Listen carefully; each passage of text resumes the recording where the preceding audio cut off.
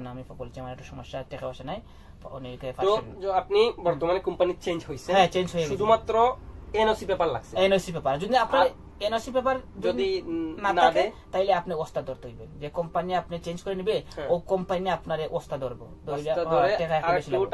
টাকা বেশি লাগবে আপনার। এখন বর্তমানে চেঞ্জ হইবে।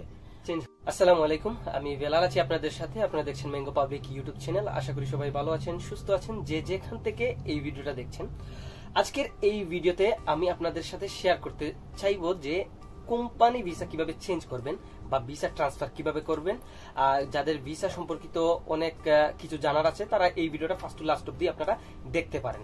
তো রিসেন্টলি শিবলু ভাই ওনার ভিসা ট্রান্সফার করছে এক কোম্পানি থেকে অন্য কোম্পানিতে। তো উনি কিভাবে করছেন, কেন করছেন, সবগুলো আমরা জানবো এই ভিডিওতে। আপনারা ভিডিওটা প্রথম থেকে লাস্ট অব্দি যদি দেখেন তাহলে অবশ্যই আপনার উপকার হবে। আসসালামু আলাইকুম ভাই। ওয়ালাইকুম সালাম ভাই। তো ভাই আপনি, আমি জানি যে রিসেন্টলি আপনি ভিসা ট্রান্সফার করছেন বা ভিসা সম্পর্কিত আপনার অনেক সমস্যা ছিল। তো কি হয়েছিল আসল ঘটনা? আমার ভিসা হঠাৎ করে সমস্যা কিছু ছিল না, আর ছিল আমি হঠাৎ করে আমি এই ভিসায় 6 বছর হয়ে গেছে, রানিং চলতেছে। আচ্ছা, 3 মাস বাকি আছে আমি দেশ থেকে ভিসায় আইছি। এখন আমি দেশে ছিলাম। দেশে আসার পরে আমার লোকের একটা বলছে মুদিরের মোবাইল বন্ধ, সিম বন্ধ, উনি কল দিলে ধরতেছে না। তখন আমি কইলাম ঠিক আছে আমি কল দিব। তখন আমি কল দিছি, এখন দেখি মোবাইল বন্ধ দেখাইছে। তখন আমি এখন কল দিয়ে মোবাইল বন্ধ, তখন ইমুত ফোন দিই, হোয়াটসঅ্যাপ আছে, হোয়াটসঅ্যাপ মেসেজ দিই। তখন উনি আমার আনসার দিছে, আনসার দেওয়ার পরে বলছে সমস্যা নাই, যদি আমি আই না তাইলে আপনার চেঞ্জ পেপার দিয়ে দিব, এনওসি পেপার দিয়ে দিব। ওনার সাথে আমার হঠাৎ 1 মাস 1.5 মাস পরে যোগাযোগ হইতো, মেসেজ হইতো 15 দিন পর। আচ্ছা, আপনার মুদির কোন দেশের ছিল? আমাদের বাংলাদেশের। আচ্ছা, আপনার কোম্পানির মুদির বাংলাদেশের? হ্যাঁ, বাংলাদেশে ছিল। তো হঠাৎ করে এই এই সমস্যার কারণ? সমস্যা এটা কফিলের সাথে উনি কিভাবে কি সমস্যা আইছে, আর উনি দেশে গেছে, এখন কফিলের সাথে সমস্যার সমাধান হইতেছে না, এর জন্য দেশ আর চলে আইতেছে না কাতারে। আপনার কোম্পানিতে কতজন মানুষ ছিল? কত কোম্পানিতে 200-250 মানুষ ছিল। তাহলে তো অনেক বড় কোম্পানি। অনেক বড় কোম্পানি আমার। তো এখন মনে করেন যে আপনি এনওসি কি দিয়েছে আপনারে? হ্যাঁ, এনওসি আমার পেপার দিয়েছি। তো এখন আপনি কিভাবে কি করছেন? এখন আমি এনওসি পেপার দেওয়ার পরে তখন আমি আমার কোম্পানি 2-3টার সাথে কথা বলছি। উনি কথা বলার সাথে বলে উনি অনেক জায়গায় আছে, কেউ আছে পয়লা চেঞ্জের টাকা যেগুলো আসবে ওগুলা নিবে, কেউ আছে ডিসকাউন্ট দিয়া আইডি মারার টাকা ফায়দা নিবে না, ফায়দা কেউ আছে নিবে, এরকম অনেক আছে। কেউ আছে ব্যাংকারের টাকা হইব দেওয়ার জন্য। তখন অনেকজনের সাথে যোগাযোগ করে এখন বর্তমানে আমি একজনের সাথে চেঞ্জ হয়ে গেছি। আচ্ছা, আপনার কত টাকা লাগছে? এখন আমি চেঞ্জ হয়েছি, তখন আমার এখন 2 নম্বর চেঞ্জ, হুকমতের ফিস হয়েছে গিয়া প্রথম চেঞ্জ হইলে 2200 রিয়াল। আচ্ছা, আর পেপার তোমার 50 টাকা 100 রিয়াল আসবে। আচ্ছা, আর এখন আমার প্রথম চেঞ্জে আমি যে প্রথম আমার কোম্পানি চেঞ্জ করছি, তখন আমার উনি বলার পরে আমি তেমন টাকা পয়সা না, আমার কাছে টাকা পয়সা কিছু নিয়ে না উনি। উনি আমার প্রথম কোম্পানি চেঞ্জ করছে, করার পরে আমার সবগুলো ঠিক করে দিয়েছে আমার 2-3 বছর আগে। এখন আমি প্রথম চেঞ্জ, আমি তো জানি প্রথম চেঞ্জ জানি আমি টাকা দিছি ওনার 2200-2300 রিয়াল। উনি তখন চেঞ্জ যাওয়া তো গিয়া ডালার পরে উনি বলতে দেখছে আমার 2 নম্বর চেঞ্জ হওয়ার দেখার পরে আমার কল দিছে, বলছে এরকম সমস্যা। আমি বলছি ঠিক আছে আপনি ডাইলা দেন। বলছে আমি কত লাগে, হচ্ছে আরো 500 রিয়াল বেশি আসবে। ওই আপনার আগের কোম্পানি আরেকবার চেঞ্জ করছে? হ্যাঁ, আমার আগের কোম্পানি আরেকবার চেঞ্জ করছে। তাইলে এটা আমার ওই সময় আপনার কাছে টাকা না, উনি মুদির খুব ভালো, উনি মানুষ ভালো ছিল, অনেক ভালো, তাইলে উনি আমার কাছে কোনো টাকা পয়সা নেই। কিন্তু এই সময় আপনি এসে জানতে পারেন যে আপনি আরেকবার চেঞ্জ হয়েছে। হ্যাঁ, তখন আমারে উনি বলছে আমি আপনার কোম্পানি এরকম করতেছি। তখন আমি তেমন নতুন ছিলাম, এখন তো তেমন আমি বুঝিনি। তখন আমি আমার লগের একটা নিয়ে গেছি, উনি এরকম বলছে এখন যদি আপনি চেঞ্জের পেপার চাই দিয়ে দিব, নাইলে আমি চেঞ্জ করতেছি। তো এখন আপনি চেঞ্জ হইছেন। হ্যাঁ, আপনার কি কি ডকুমেন্ট লাগছে? এখন আমার প্রথম এনওসি পেপার লাগছে। আচ্ছা, এনওসি লাগছে।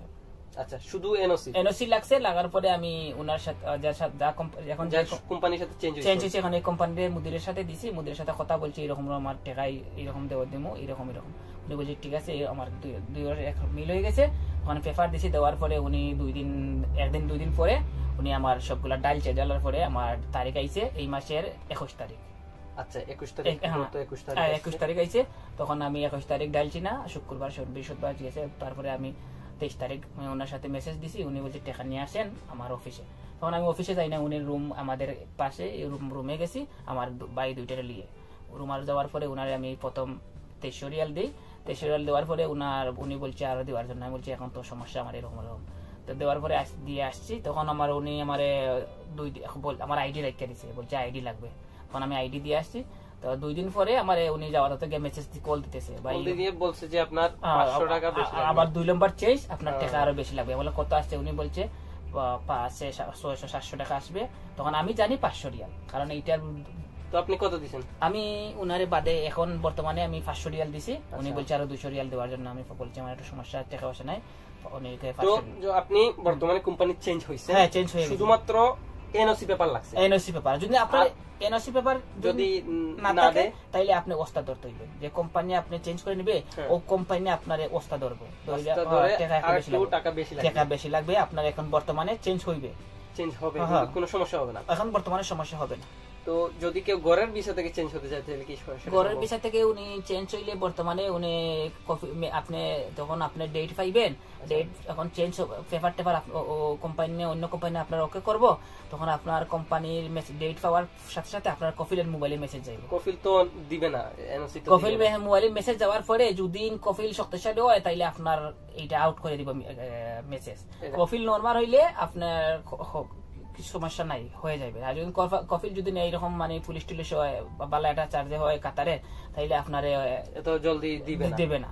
আপনি এইটা আপনার কফিলের সাথে মিট করে চেঞ্জ হইতে পারবেন, নাইলে কফিলে। তাহলে আপনার বর্তমানে এই যে আপনি চেঞ্জ হইছেন, মানে বাংলা টাকায় কত টাকা প্রায় আসছে আপনার? বাংলা টাকায় বর্তমানে আমি চেঞ্জ হইছি, বাংলা টাকায় প্রায় 1 লাখ টাকা চলে গেছে।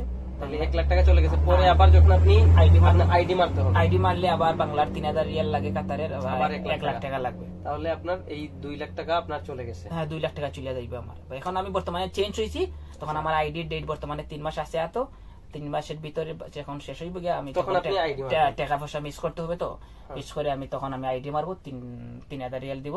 3000 বাংলার বর্তমানে 1 লাখ টাকা হয়। আচ্ছা, তো বর্তমানে অনেকেই ফ্রি ভিসা নিয়ে আসতে চান, তাহলে আপনি কি মনে করেন যে ফ্রি ভিসাতে আসা কি ঠিক হবে? এখন বর্তমানে কাতারে ফ্রি ভিসা আসা একদম ভুল এটা সিদ্ধান্ত, কারণ এখন কাতারের বর্তমানে পরিস্থিতি প্রচুর খারাপ, কাজের একদম অবস্থা ভালো নাই।